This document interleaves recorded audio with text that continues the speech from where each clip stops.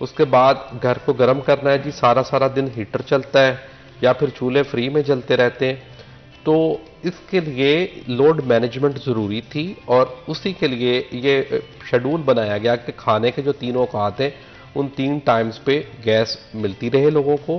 باقی ٹائم میں اس کو بند کر کے اس کی جو ویسٹیج آف گیس ہے اس کو بچایا جا سکے، کم از کم وہ گیس جو ہے وہ ہمارے پاس بچ سکے. تو میں سمجھتا ہوں کہ جہاں پہ لوڈ مینجمنٹ ضروری ہے، لوگوں کو اب یہ بھول جائیں کہ ان کو 24 گھنٹے گیس ملے گی.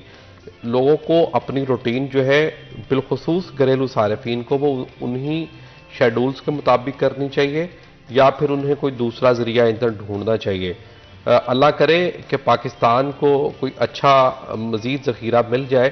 اس حوالے سے جنوبی وزیرستان سے کچھ اطلاعات مل رہی ہیں کہ وہاں پہ کوئی ڈگنگ ہوئی ہے، ڈرلنگ ہوئی ہے اور وہاں سے سوئی گیس جو ہے وہ کافی بڑی ذخیرہ جو ہے وہ ملا ہے. لیکن وہ ایک لمبا پروسیس ہوگا کہ وہاں پھر پائپ لائنیں ڈلیں گی، اس کی پوری کی ڈرلنگ ہوگی، پھر اس کی کاسٹ نکلے گی کہ آیا کہ اگر یہاں سے گیس لی جاتی ہے تو اس کی پیداواری لاگت کیا پڑے گی. یہ نہ ہو کہ وہ RLNG سے بھی زیادہ کاسٹلی چلی جائے یا کتنی مقدار میں یہاں پہ گیس ہوگی. لیکن کہا یہ جا رہا ہے کہ وہ ایک اچھا ذخیرہ ہے لیکن وہاں پہ ابھی ٹائم لگے گا.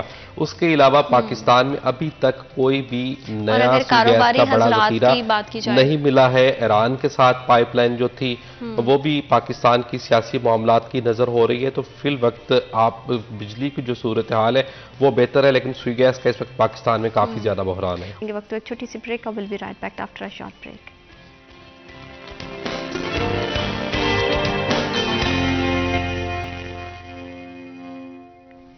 Welcome back after short break. آپ دیکھ رہے ہیں سٹی ایٹ 10. اگر کاروباری حضرات کی بات کی جائے، کیونکہ ظاہری بات ہے گھریلو صارفین کا اپنی ضرورت کے مطابق، جیسے آپ نے کہا ہے کہ اپنا شیڈیول اس کے اکارڈنگ جو ہے وہ سیٹ کر لیں، تو اتنی زیادہ جو گیس کی بندش ہمیں دکھائی دیتی ہے اور کمی کی وجہ سے، شارٹیج کی وجہ سے کاروبار زندگی جو ہے وہ کتنی متاثر ہو رہی ہے.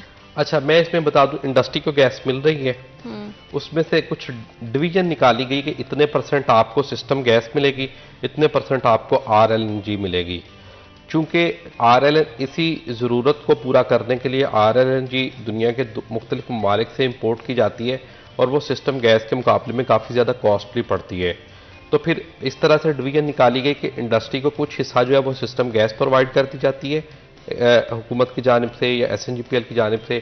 باقی مانیتا جو ہے وہ ان کو RLNG فراہم کی جاتی ہے تاکہ وہ اپنی ضرورت کو پورا کر سکیں. تو اس طرح انڈسٹری کو ان کی ضرورت کے مطابق فی الوقت آج کے دن تک مل رہی ہے. ہاں آنے والے دنوں میں اگر سردی کی شدت میں اضافہ ہوتا ہے اور پھر اس کا بحران بڑھتا ہے، کیونکہ جیسے جیسے سردی کی شدت میں اضافہ ہوتا ہے تو پہاڑی علاقے جو ہیں وہ وہاں پہ برف جمنا شروع ہوتی ہے یا سردی زیادہ ہوتی ہے تو پھر گیس پائپ لائنز میں جو پریشر ہے گیس کا وہ کم ہو جاتا ہے. اس کی وجہ سے کوئی مسائل کریٹ ہو جائیں تو اس کا کچھ کہا نہیں جا سکتا، لیکن ابھی تک جو ہے وہ ان کو ان کی ضرورت کے مطابق SNGPL کی جانب سے گیس فراہم کی جا رہی ہے.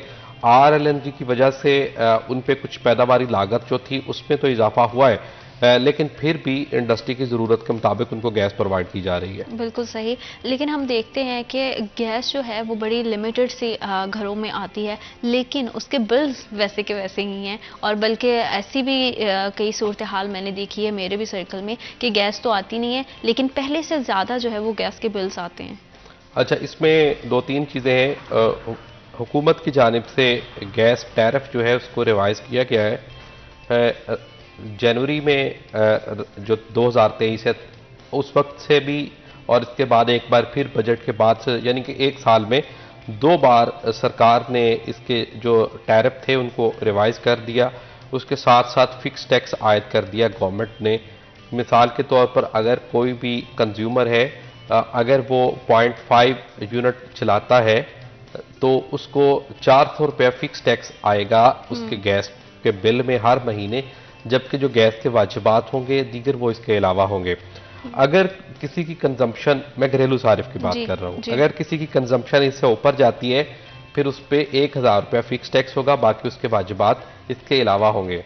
یہاں پہ لوگوں کو بھی تھوڑی سی سمجھنے کی ضرورت ہے کہ چونکہ اس کے ٹیرف جو تھے وہ انتہائی کم تھے اور اس کے مقابلے میں سرکار کی جو پیداواری لاگت تھی وہ زیادہ ہو رہی تھی. پھر گورنمنٹ کو عوام کو سبسڈی دینا پڑتی تھی اور اس سبسڈی کی مد میں اربوں روپے کے جو قرض ہیں وہ S N G P L یا سوئی گیس کمپنیوں کے ذمے ہو چکے ہیں. تو اس بوجھ کو کچھ کم کرنے کے لیے عالمی مالیاتی اداروں کی شرائط پہ، آئی ایم ایف کی شرائط پہ حکومت جو ہے انہوں نے اس سال 2 بار گیس کے ٹیرف ریوائز کیے. لیکن اگر ہم پھر بھی دیکھیں تو ایسی سچویشن میں بھی ابھی بھی گیس جو ہے وہ ایل پی جی کی نسبت سستی ہے. دوسری چیز یہ ہے کہ ہماری عوام کی مینٹیلٹی ہے، عوام آج بھی یہی چاہتی ہے کہ وہ جس طرح آج سے 10-15 سال پہلے سوئی گیس کا بل 100 یا 200 روپے آتا تھا تو اس دور میں بھی وہی آنا چاہیے. ٹائم بائی ظاہر بات ہے ٹائم لوگوں کا یہ ہے کہ آج کل جس طرح ہم دیکھ رہے ہو ہر طرف مہنگائی بھی ہے اور آمدن پوری نہیں ہو رہی ہے، تو لوگوں کو 1 روپیہ بھی اگر کہیں زیادہ دینا پڑتا ہے تو ان کو محسوس ہوتا ہے. آپ کا بہت شکریہ، آپ نے ہمیں اور ہمارے پروگرام کو وقت دیا، اور یہی امید کرتی ہوں، اور میں تو ہر اپنے پروگرام کے اینڈ پہ اور مڈ پہ بھی ہر جو ہے نا بات کے ساتھ یہی بات کرتی ہوں کہ اللہ پاک جو ہے نا بس ہمارے ملک پہ اپنی رحمت کرے اور عوام کے لیے بہت زیادہ آسانیاں پیدا کرے. وقت تو ایک چھوٹی سی بریک کا، will be right back after short break.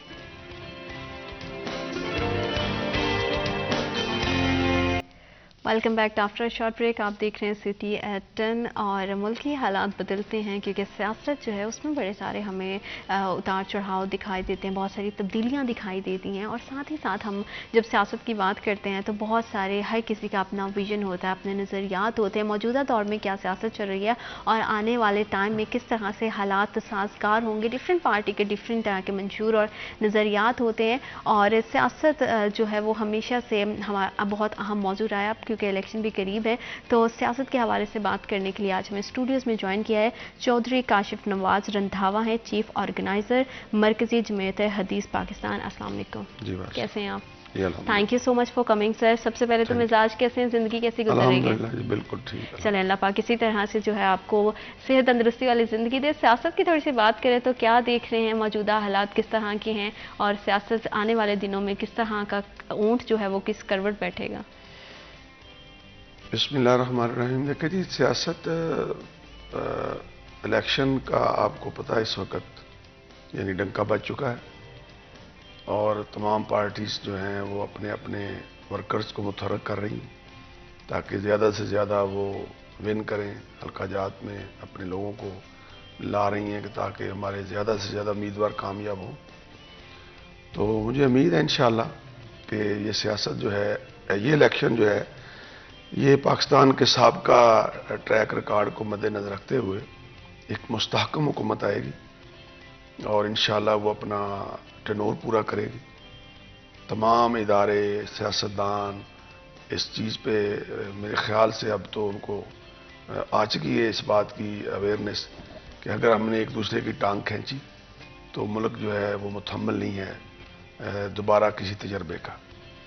تو اسی سلسلے میں ہماری مرکزی جمعیت اہل حدیث جو کہ حلیف ہے مسلم لیگ نون کی، پروفیسر سینیٹر ساجد میر صاحب ہمارے سربراہ ہیں، تو انہوں نے مجھے چیف آرگنائزر یہ گزشتہ ہفتے نامینیٹ کیا ہے کہ تاکہ پورے پاکستان میں جماعت کے ورکرز کو متحرک کروں اور اس الیکشن میں پہلے سے زیادہ جماعت کردار ادا کر کے تو ملک کے لیے، قوم کے لیے، عوام کے لیے کوئی نہ کوئی بہتر کردار ادا کر سکے. بالکل، کیونکہ ہم نے دیکھا ہے کہ کچھ ٹائم سے عوام بہت زیادہ مشکلات میں ہے. سب سے زیادہ مہنگائی کی وجہ سے بے روزگاری کا سامنا کرنا پڑا ہے، بہت زیادہ گھروں کے چولہے، کرائم ریٹ ہمارا بہت زیادہ بڑھ گیا. ظاہر بات ہے جب بے روزگاری ہوگی تو ہر طرح کوئی نہ کوئی اپنا جو ہے وہ اپنی آمدن کے لیے کچھ نہ کچھ جہاں پہ ہاتھ پیر مارتا ہے وہاں پہ جرم بھی بہت سر اٹھاتے دکھائی دیتے ہیں، کیونکہ فیصل آباد ایک انڈسٹریل سٹی ہے اور سب سے زیادہ ہمارے کاروباری حضرات کو جو ہے وہ اس کا نقصان پہنچا ہے. بے روزگاری کی شرح سے نکالنے کے لیے آپ کو لگتا ہے کہ آنے والے الیکشن میں عوام کا اعتماد جو ہے وہ سیاسی پارٹیاں بحال کر پائیں گی؟ دیکھیں جی، امتحان تو بہت بڑا ہے کیونکہ فطرت ایک جو ہے نا وہ یہ ہوتی ہے کہ جہاں امن ہوتا ہے وہاں رزق آتا ہے. آپ اکنامیکلی وہاں بہتر ہوں گے جہاں امن ہوگا اور انصاف ہوگا. ہمارے ملک کا سب سے بڑا المیہ جو ہے انصاف نہیں ہے یہاں، اور جو انصاف کے ادارے ہیں ان کا ریکارڈ بھی آپ چیک کر لیں پوری دنیا میں کہ وہ ایک پستی میں پڑا ہوا ہے. وہ جب انصاف ہوگا پھر امن ہوگا. مجھے آپ کو پتا ہوگا کہ میں نے جو جرم کیا اس کی مجھے سزا ملنی ہے. اور جس معاشرے میں ابراہیم علیہ السلام نے جب بیت اللہ بنایا تھا تو انہوں نے اس کی تعمیر کے بعد جو سب سے بڑی دعا کی تھی وہ یہ کی تھی کہ اللہ اس شہر کو امن کا گہوارہ بنا. اور جب تو اس کو امن کا گہوارہ بنائے گا تو پھر اس میں رزق کی فراوانی لا. تو یہی ہوا کہ جب امن آیا وہاں تو پھر رزق اور اقتصادی معاملات ایسے ہیں کہ آپ اس شہر میں یعنی پانی کا نلکا نہیں لگا سکتے آپ, لیکن پوری دنیا کا وہاں ہر قسم کا پھل, ہر قسم کی جنسیں جو ہے وہاں ملتی ہیں. تو یہ ہمارے لیے ایک یعنی بنیاد ہے. ہمارا ملک جو کہ کلمہ پاک کے نام پہ بنایا گیا, یہاں انصاف کا قتل ہوا ہے 75 سال میں. یعنی آپ نے مجرم کو جو ہے وہ بری کر دیا اور جو نہیں مجرم تھا اس کو مجرم بنا دیا. یہ سلسلہ چلتا آ رہا ہے. تو ہماری تو دعا ہے کہ اس الیکشن میں تمام سیاسی پارٹیاں اپنے ذاتی ایجنڈے سے ہٹ کے قومی ایجنڈا لے کے آئیں. اور قومی ایجنڈا صرف یہ ہو کہ ہمیں یہاں اپنی 25 کروڑ سے زیادہ جو عوام کا ایک بم ہے, ایک ہجوم بن چکا ہے, اس کو سب سے پہلے انصاف دیں. مجھے آپ کو اس بات کی سڑک پہ فکر ہو گئی کہ میں نے اگر اشارہ کراس کیا تو مجھے سزا ملے گی, تو اس سے ملک بہتری کی طرف جائے گا. پھر باہر کی دنیا بھی اعتماد کرے گی, انویسٹمنٹیں بھی آئیں گی. بنگلہ دیش کی آپ مثال لے لیں کہ وہاں اب کپاس نہیں ہوتی جی, لیکن ٹیکسٹائلز مل جو ہیں وہ ہمارے یہاں سے وہاں زیادہ یونٹ لگ چکے ہیں اور ان کا گروتھ ریٹ جو ہے وہ ہم سے زیادہ بہتر ہو گیا. وجہ کیا ہے کہ وہاں انہوں نے ایک سسٹم میں لے آئے ہیں اپنے آپ. تو آپ نے یہ شاید پڑھا ہوگا کہ جب برطانیہ اور فرانس کی جنگ عروج پہ تھی تو ان کے پرائم منسٹر تھے چرچل. تو لوگ اس کے پاس آئے, اس کے دفتر میں انہوں نے کہا جی کہ ہمارا یہ برطانیہ بچ جائے گا, ملک ہمارا بچ جائے گا. تو اس نے کہا کہ آپ ایسا کریں, مجھے پہلے آپ وزٹ کر کے آئیں کہ میرے ملک کی عدالتیں جو ہیں کیا اس جنگ کی حالت میں وہ انصاف دے رہی, پہلے یہ مجھے خبر لا کے دیں. کچھ دنوں کے بعد وہ لوگ دوبارہ آئے, انہوں نے کہا جی مسٹر پرائم منسٹر پورے ملک میں عدالتیں جنگ کی حالت میں بھی انصاف پہ کھڑی ہیں اور ہر شخص کو انصاف مل رہا ہے. تو اس نے کہا کہ پھر مجھے یقین ہے کہ میرا ملک ختم نہیں ہو سکتا چاہے 100 سال بھی جنگ لگی رہے. تو ایک غیر مسلم کنٹری کی یہ ہسٹری ہے. تو ہماری تو ہسٹری ہی بڑی روشن ہے. یعنی ہمارا آغاز جو ہے وہ اقرا سے ہوا ہے, ٹھیک ہے نا. اور وہ اقرا یہی سکھاتا ہے کہ آپ نے بیٹی کی کیا عزت ہے, بھائی کی کیا عزت ہے, ماں کی عزت کیا ہے, معاشرے میں چھوٹے بڑے کا کیا مقام ہے, مجرم کی سزا کیا ہے. یہ سارا ایک نقشہ ہمارے سامنے. لیکن بدقسمتی کہ ہم نے لیا ملک اسی اسلام کے نام پہ, کلمے کے نام پہ, اور اس کی بنیادیں آج تک قائم ہیں. اس اسلام کی روشنی ہمارے پاس ہے, لیکن ہم اس طرح کھوئے, کوئی صوبے میں کھو گیا, کوئی پگڑیوں میں کھو گیا, کوئی مسلک میں کھو گیا.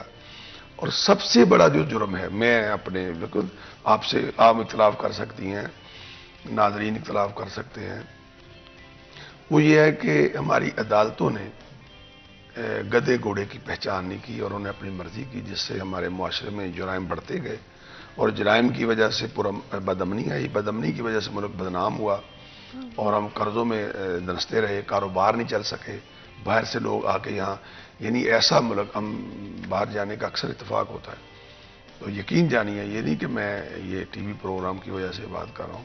بات وہی ہونی چاہیے جو انسان کے اندر وہ کہ رونا آتا ہے کہ یہاں آپ چوک میں چلے جائیں تو آپ کا فروٹ, آپ کے ملک کی پیداوار, غریب سے غریب ریڑھی والے کے پاس بھی 8-10 قسم کے فروٹ پڑے ہوئے ہیں. وقت ایک چھوٹی سی break. I will be right back after a short break.